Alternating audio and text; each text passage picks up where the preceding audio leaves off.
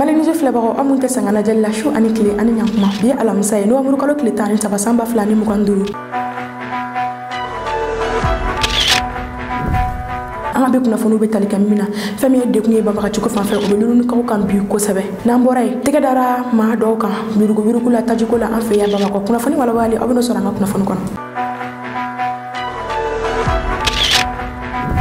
Kunnafoni daminɛ la Isa Kawujim bɔra kaso la bi. Isa Kawujim a ma se mɔgɔ ka ale kofɔ mɔgɔya na bilen. Isa Kawujim bi alamisa novembre kalo tile 13 san 2025 kunnafoniya bɔra ka bi ka yira k'a fɔ Isa Kawujim ale bilala ka bɔ kaso la. Hakilina jiginna Isa Kawujim ale kun minɛ kun ye min ye san 2024 ni o kɛra salon novembre kalo kɔnɔna la ale Joliba TV kan a ye kuma fɔ min kɔnɔna la a ye dɔgɔyalima ta ni ka ɲɛsin Burkina jamanakuntigi ma o la. Isa Kawujim ale nɔ minɛra k'a sababu kɛ o ye san 2 kaso o kun donna ale kun ko san 1 a b'o kɛ a datugulen san 1 dɔ in a b'o kɛ a kaso nka bi kunnafoniya bɔra ka bin ka yira k'a fɔ Isa Kawujim ale bilala ni ka bɔ kaso la.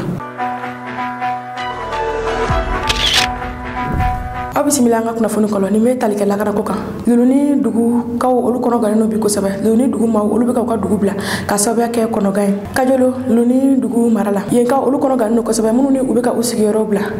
ni ko in ale daminɛra kura ni o bɛ Luluni dugu o kɛrɛfɛ banbagaci ninnu olu ye dankari Luluni dozo la min kɛra sababuya ye an ye kunnafoniya min sɔrɔ kunnafoniya in bɛ a yira k'a fɔ fɛn min ye kura dozo kuntigi ye banbagaci ninnu ni u ka o kɛlɛ kɔnɔna la ale fatura o kɛlɛ senfɛ témoin dɔ ni o ye maa dɔw ye olu ye a yira k'a fɔ ko ni nunu ko olu bɛ se k'a fɔ ko mercenaires do banbagaci mercenaires do ko sabula ko minɛnw b'u bolo minɛn minnu ni kɛlɛkɛminɛnw yɛrɛ do wa ko la u ni dozo olu karilen ɲɔgɔn na a yira k'a fɔ dozo ka marifa o tɛ se ninnu ka marifa la min kɛra sababu ye ni u ye dozo caman faga u ka nin kɛlɛ in kɔnɔna la kosɛbɛ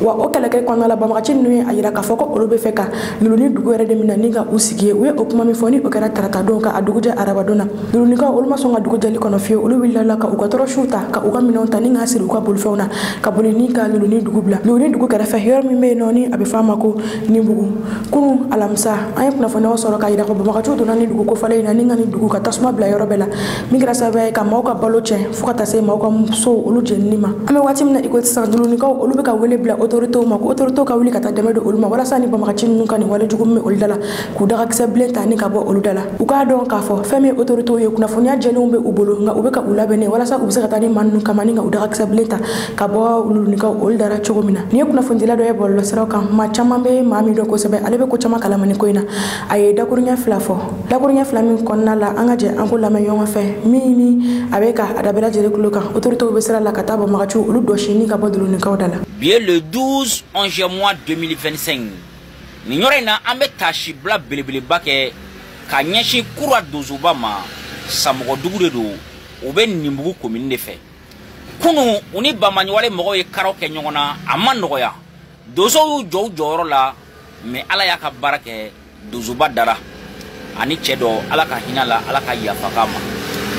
an yɛrɛ ye min sɔrɔ ka bɔ nin ko in kɔnɔna na wallahi a kɛla komi bamaɲɔgɔnle mɔgɔw ma kura attaquer a kɛla komi mercenaires b'a la parce que ninnu ye kɛlɛ kɛ ni minɛn mun ye u ye kɛlɛ kɛ cogo min na wallahi i b'a dɔn k'a fɔ tiɲɛ yɛrɛ yɛrɛ ninnu ye mɔgɔw ye maa mun formela kɛlɛ kama a kɛla komi mercenaires jigilen don Sikaso mara kɔnɔna na an ka jamana ɲɛmɔgɔw u k'u hakili to nin na kosɛbɛ kosɛbɛ ka foli belebeleba di dozow ma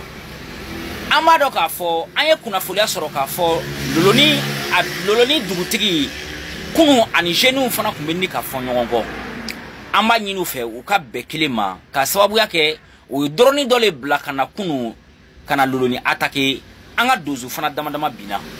an bɛ dugawu kɛ ala ka hinɛ u la ala ka yafa k'u ma o kɛlen kɔfɛ sisan jeunesse bɔra k'u b'u ka mécontenté yira olu ye sira tigɛ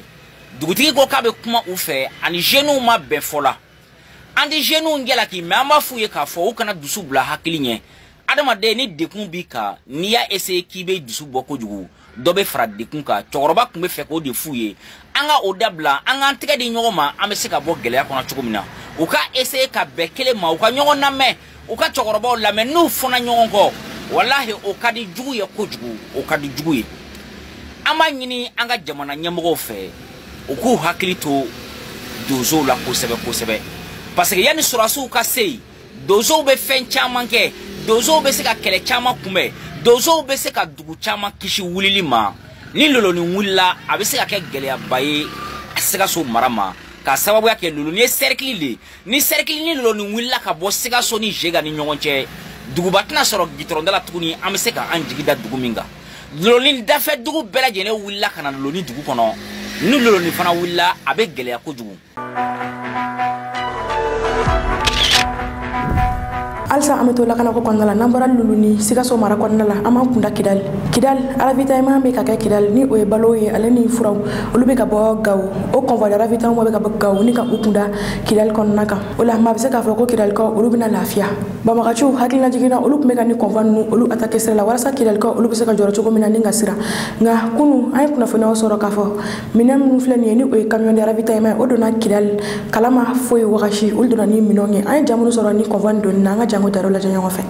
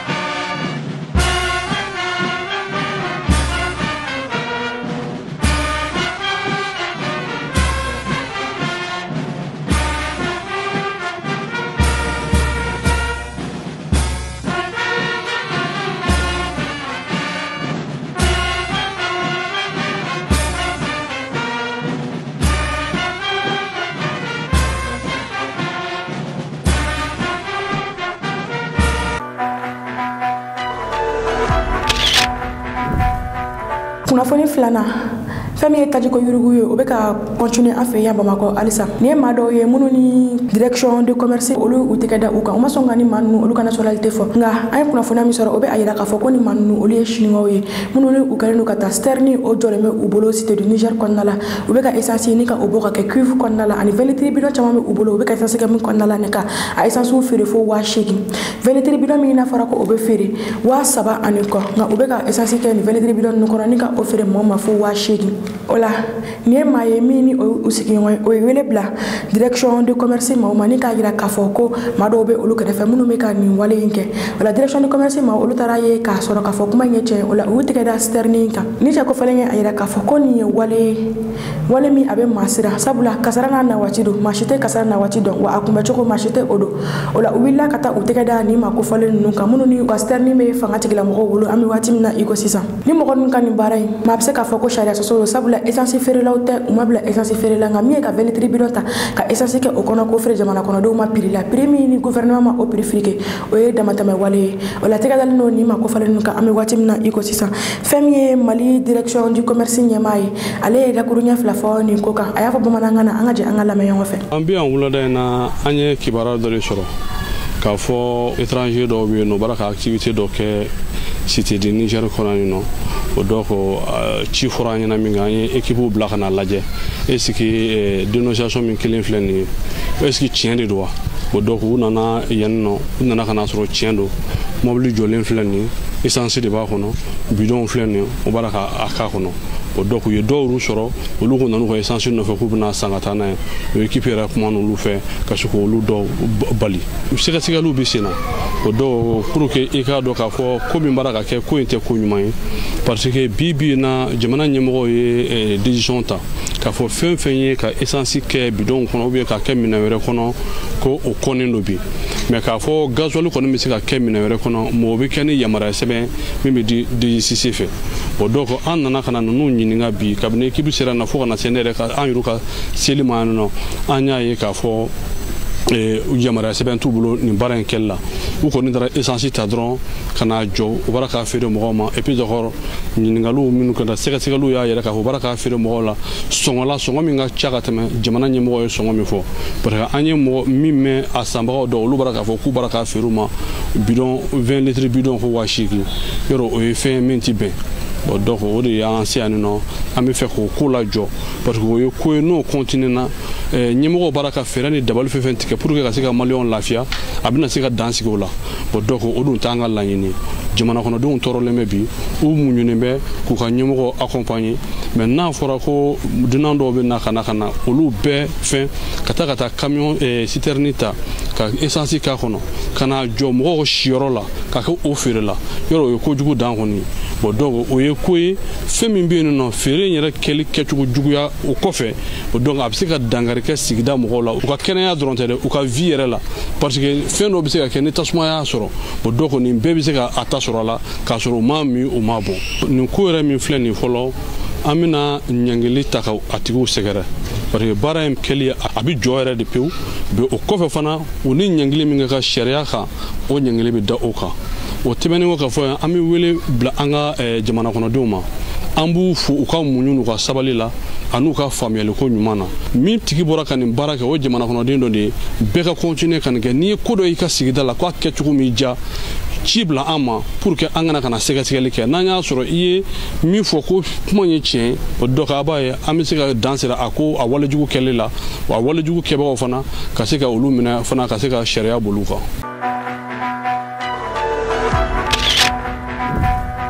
Kunnafoni sabanan k'a fɔ jamana kɔnɔdenw ɲɛna olu kana ni preuve ye justice ma ale ni polisiw kan minnu bɛ ka yuruguyurugu kɛ n'i y'o fɔ jamana kɔnɔdenw ye u y'o di u kuncibagaw ma kunu surɔ burkina télévision nationale la ja dɔw bɔra ni ka a yira fɛn min ye koragi ye ni o ye capitaine Ibrahim Traoré ale tun ye jɛkulu min sigi sen ka yuruguyurugu kan o jɛkulu ma olu ka rapport kɛ rapport min kɔnɔna la u y'u tɛgɛ da juge dɔw olu ni doyen dɔw kan minnu ni olu bɛ ka yuruguyurugu kɛ koratuma olu ka baara kɔnɔna la tɛgɛ taara da maa dɔw kan minnu ni juge ɲɛmaaw bɛ o la fo ka taa se procureur général ma tɛgɛ dara procureur misɛnnin dɔw fana kan ni olu ye substitut du procureur ye fo ka taa se juge d'instruction dɔw ma ale ni Wagadugu avocat dɔw minnu ni olu bɛ baara kɛ cour d'appel la tɛgɛ dara ni maa kofɔlen ninnu bɛɛ kan ko ka di maaw ye a yira k'a fɔ ko nin doyen ninnu filɛ nin ye olu bɛ wari minɛ camion babolilaw la sira kan k'a yira k'a fɔ ko u ma u ka dédommagement kɛ o la o wari ninnu fɛ u bɛ 20,000 dɔw yɛrɛ bɛ se fo 30,000 ma k'a minɛ u la k'a yira k'a fɔ ko u ka dédommagement ma kɛ u bɛ nin wari ninnu minɛ fɛnɛ wari ninnu bɛ taa yɔrɔ min na mɔgɔ si tɛ dɔn sabula u tɛ reçu kɛ ni ka di u ma o la kabini san 2011 koragi ma olu wulila ni ka u ka recherche kɛ ni yuruguyurugu in kan o la fɛn min ye transitaire dɔw ye commerçant dɔw fo ka taa se kabibabolila dɔw ma olu ye a yira k'a fɔ ko olu bɛ ni degun in kɔnɔna la a bɛ wagati jan bɔ o la koragi ma olu ye vidéo ta ani u taara dossier dɔ ka taa o dossier olu bila justice la walasa nin yuruguyurugu min filɛ nin o bɛ se ka kɛlɛ nka juge ye a yira k'a fɔ nin dossier min donna nin doyen ninnu kama prévu tɛ nin dossier ninnu kɔnɔna la o la olu tɛ se ka nin kiiri ninnu tigɛ olu y'u ban ni k'a tigɛ o la u taara ni dossier ninnu ye cour d'appel la cour d'appel maaw fana a yira k'a fɔ ko prévu foyi tɛ nin dossier ninnu kɔnɔna la o la ko olu tɛ se ka kiiri kɛ o la fɛn min ye koragi maaw ye olu yɛrɛ fana wulila ni ka recherche kɛ ni mɔgɔ ninnu kan ni o ye juge ni doyen ninnu ye ni u yɛrɛ wulila ka u ka recherche olu bila bolo kan ni maa ninnu kofɔlen ninnu kan o la waati min na ni dossier ninnu olu donna fɛn min ye doyen ninnu dɔw ye olu wulila ni ka ni maa kofɔlen ninnu dɔw olu nɔ minɛ minnu ni olu tɔgɔw ni u ka numéro tun bɛ dossier ninnu kɔnɔna la ka olu nɔ minɛ u ye a yira k'a fɔ ko olu bɛna o kɛ ka tɔw ladi u bɛna olu kɛ misali ye nka an bɛ waati min na i ko sisan kara wulilen don o doyen ni o juge kelenw kɔ sabula olu ni koragi maaw olu karilen bɛ ɲɔgɔn na fɛn min ye koragi ɲɛmaa ye kunu a bɔra télévision nationale la ni ka kuma ni yuruguyurugu ko in kan a ye rakoɲɛ fila min fɔ a ka communiqué in kɔnɔna la an ka jɛ an ka lamɛn ɲɔgɔn fɛ. Selon des dénonciations, cette fois enregistrées par l'autorité supérieure de contrôle d'État et de lutte contre la corruption, des agents des douanes du Burkina Faso se seraient rendus coupables de faits de corruption et de blanchiment de capitaux, exigeant des conducteurs routiers le paiement de sommes d'argent pour laisser passer des camions en dépit de leur dédouanement régulier au bureau des douanes de Ouaga Inter. Ces faits, qui remontent à mai 2021, connaîtront plusieurs développements. En effet, à la demande de l'ASELC, le procureur du Faso a immédiatement ouvert une enquête qui a permis de découvrir d'importantes sommes d'argent détenues par les mises en cause dans leurs bureaux et domiciles. Des preuves matérielles irréfutables des faits de corruption impliquant deux agents, l'un inspecteur et l'autre contrôleur des douanes, sont versés au dossier. La suite de l'enquête a également permis d'interpeller 11 autres douaniers pour les mêmes infractions de corruption et de blanchiment de capitaux. 12 témoins, transitaires, déclarants en douane, transporteurs et commerçants entendus dans le cadre de l'instruction du dossier confirment tous avoir remis des sommes d'argent allant de 100 à 150 000 francs CFA sans quittance aux mises en cause qui étaient en poste à la coordination nationale de lutte contre la fraude. Comment donc comprendre que des agents de l'État affectés au sein de cette structure censée lutter contre la fraude se rendent eux-mêmes coupables de faits de corruption et de blanchiment de capitaux? Face au rejet en bloc des accusations, ils seront tous confrontés à l'évidence des faits grâce aux images et vidéos les montrant dans une situation de flagrant délit de corruption. La corruption dénoncée en milieu douanier a également pion sur rue dans le milieu judiciaire. Oui, malheureusement, la justice, cette noble institution censée être un repère moral pour la société et les citoyens, se révèle être aussi un univers infesté par plusieurs dysfonctionnements. Plusieurs plaintes et dénonciations ont aussi été reçues par la Commission de régulation des dysfonctionnements ainsi que le cabinet de la présidence du FASO. Ces dénonciations ont trait à la corruption et la concussion dont se rendent coupables des acteurs de la justice, à savoir l'absentéisme, la lenteur dans le traitement des dossiers, l'abus de fonction, le délit d'apparence et l'arrogance vis-à-vis des justiciables. Revenant au cas des agents de douane dont le dossier a été introduit au cabinet du juge d'instruction du pôle ECOFI, en dépit des preuves évidentes versées au dossier, des aveux par reconnaissance par les mises en cause et de la concordance des témoignages, à la surprise générale, un non-lieu sera prononcé par le juge d'instruction en juillet 2024. Ce qui soulève une interrogation majeure sur la bonne foi et la probité des juges ayant connu et traité le dit dossier. Insatisfait de cette décision, le procureur du FASO fera appel de l'ordonnance du juge d'instruction devant la chambre d'instruction de la cour d'appel. Le 27 août 2025, la chambre d'instruction, juridiction supérieure de contrôle, échouera à corriger la première décision malgré le caractère manifestement probant des éléments du dossier. Elle valide un raisonnement qui fait abstraction d'une part de la matérialité de l'infraction, remise et récupération de l'argent,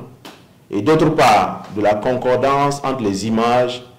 et vidéos réalisées par les enquêteurs infiltrés et les pratiques dénoncées par les témoins.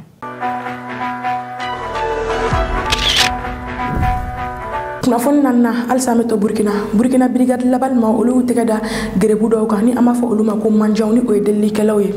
capitaine Ibrahim Traoré jakulu mi sigise kan burkina ni o brigade labal ye munu ni olu be no ka sigida la kana ni ko munu be ka sigida la ni o fintiki la do ye munu ni ko munu be ka sigida la ni mite be olu be o nomine ni fintiki la munu fleni olu sera garbu de masisa ni o manjaw ni abe folu ma ko delli kela munu ni o ayira ka fo ko o wille mesisa ni ka fini jenne ta ka odo o yela ni ka fula ni do ni ka wuli kata delli damne ka soro fien foite ula useun kan ubolo kan kuna soro handicapé olo ni o ma fien to yo olu mu fo nga mami ni olu dafale no ola we olu tani ngata olu bla faso barala we ajira ka fo ko nu bora ni barana unata utleni ka baraka uyere koni manu me kan wala ka sablo ba do ka fo fami ni barenye we o delli o war soro sera ka tereni o wile kata baraka uyere kuni ola we ajira ka fo ko ni wala du ko kono ulte seka usiki ni ka milaje fami brigade labal ma we ni manu mina ay jamunu soro aleni commandant mi kera sobe ki tikeda ni ma ko fole nuka ay o jamunu soro angaje anko jola janyo fa. C'est des mandiens que nous venons de récupérer sur les différents carrefours. Vous allez les faire travailler. Ils vont poser les pavés là où il y a ramassé la terre, tout. Il faut les apprendre. Puis quand ils vont quitter ici, peut-être ça sera plus tard des futures manœuvres. Bon, des gens qui vont vraiment faire des manœuvrages, autres activités comme cela. Ce groupe que vous voyez en train de travailler derrière, ce sont des mendiants que nous avons pris ce matin dans les différents carrefours de la ville. La mendicité est un phénomène bien visible dans nos rues, nos carrefours, nos ronds-points, nos marchés et nos lieux de culte. Est bien plus qu'un simple appel à l'aide. C'est une pratique qui touche profondément l'économie du pays, en ce sens que nous avons des hommes capables de se trouver des subsides qui se mettent à mendier. Ça réduit considérablement le potentiel humain. Sur le plan sécuritaire, ça favorise le développement de la petite criminalité. Et tous ces faits impactent négativement l'image du pays. Là-dessus, la loi est claire. Elle interdit la mendicité habituelle. Elle interdit à toute personne, sous l'apparence d'une quelconque activité ou d'une quelconque profession, d'employer autre personne à la mendicité. Elle interdit à toute personne ayant autorité sur une personne mineure de l'exposer, de l'inciter ou de l'employer à la mendicité. Sur ces différents faits, nos sanctions seront très sévères à l'endroit de toute personne qui sera prise dans ces pratiques. kunnafoni duruna journal Abdrahmane Tiani ale kɔrɔlen don Arlit bi tɛnɛ novembre kalo tile 13 san 2025 kunu journal Abdrahmane Tiani ale shira Agadez nga bi ale aka minɛ ta ni ka akunda Arlit kan nga ɲani aka ta Arlit ale kun kan ka ta Zander de a kun kan ka ta Zander population olu kun sigilen bɛ k'a kɔnɔ nga fɛn min a ka protocole ye o ye message kɛ ni k'a yira k'a fɔ ko u tɛna ta Zander fɔlɔ u bɛ taa u ka yɔrɔ kɔrɔyan fan fɛ ni o ye Niger kɔrɔyan fan ye o la u bɛ ka ta Arlit fɔlɔ an bɛ waati min na i ko sisan Arlit ni o bɛ Niger kɔrɔyan fan fɛ Niger kaw olu ka iranium tun bɛ bɔ ni dugu kɔfɛlen in na fɛn min ye nanzaraw ye olu ye san 60 ni o ye tubabu ye olu ye san 60 de kɛ nin yɔrɔ kɔfɛlen na ni ka iranium bɔ nin yɔrɔ in na o la fɛn min ye général Abdrahmane Tiani ye ale bɛ ka taa Arlit fɔlɔ ni ale ka taa a kunda Zander kan nka ale ka kɔnfɔ ka suma kosɛbɛ sabula dugu misɛnnin fɛn fɛn bɛ nin yɔrɔ kɔfɛlen na a bɛ ka tɛmɛ ni dugu ninnu bɛɛ lajɛlen fɛ ni ka a bisimila ye ka foli bila o dugu kɔnɔdenw na ani olu bɛ ka kuma falen kɛ avant que a ka continuer ni a ka sira ye o la an bɛ waati min na i ko sisan an ma kunnafoniya jɛlen sɔrɔ k'a yira k'a fɔ général Abdrahmane Tiani n'a sɔrɔ ale sen sera Arlit an bɛ waati min na i ko sisan nka ni min bɔra o ko la an ka kunnafoni kɔnɔna la sini an bɛ walawali kɛ aw ye k'o dɔn aw tulo kan nka yanni o cɛ kunu k'a to Agadez a ye meeting belebele o organiser u ka terrainba dɔ o kɔnɔna la yen nɔ yanni o cɛ fɛnɛ ani a ka militaires ye ɲɔgɔn ye olu ye ɲɔgɔn ye yɔrɔ min na o de ye Agadez zone de défense 2 ani a ka militaires olu ye ɲɔgɔn ye nɔ minnu ni u ye kuma falen kɛ a n'a ka ministre de la défense tun bɛ ɲɔgɔn fɛ ani militaires ninnu ye kuma falen kɛ militaires ninnu degun minnu bɛ olu kan olu ye ɲɛfɔli kɛ a ye o degun olu la général Abdrahmane Tiani ani a ka militaires olu ye ɲɔgɔn ye min kɛ ni u ye kuma falen kɛ an ka jɛ an ko jalajɛ ɲɔgɔn fɛ ka bi kunnafoni kuncɛ officiers, sous-officiers, militaires de rang, fusiliers de l'air, sapeurs, gendarmes, gardes nationaux, gardiens de paix, agents de douane et des eaux et forêts,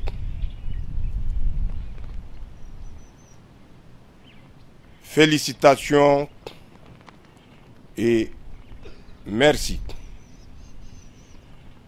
Félicitations et merci pour tout ce que vous avez réussi jusqu'à aujourd'hui, ce qui a permis, malgré une adversité féroce, de garder notre pays, notre héritage debout. Vous avez toujours été le rempart, le pilier qui soutient notre cher Niger.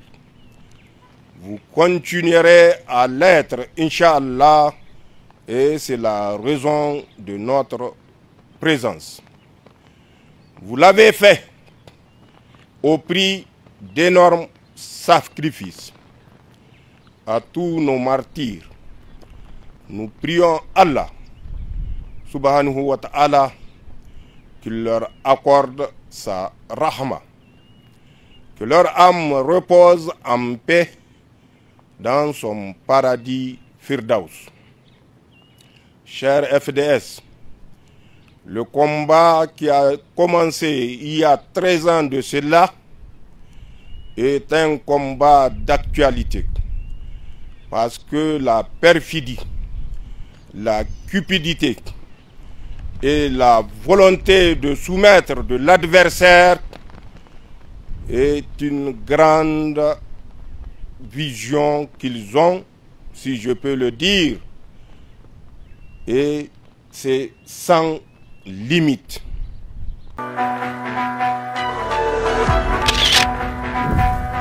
Ni me dasigi anga bi kunafonuna anga foli be afle ba obe kerengana yala Kasim Bengali ni obebo masigi kaw fe ale ni Amadou Bedin Diaye ani mawoma ni ebe ka deme kay ka yeshimali nuzuma ni eteka I togo fo ale ni ika sigiyoro ni teka ofo ambe ka bela jele ka deme soro wa anga foli be obela jele malien dem bela jele togola aw kambe wakati were kasega kunafoni jeli nyini kadi awma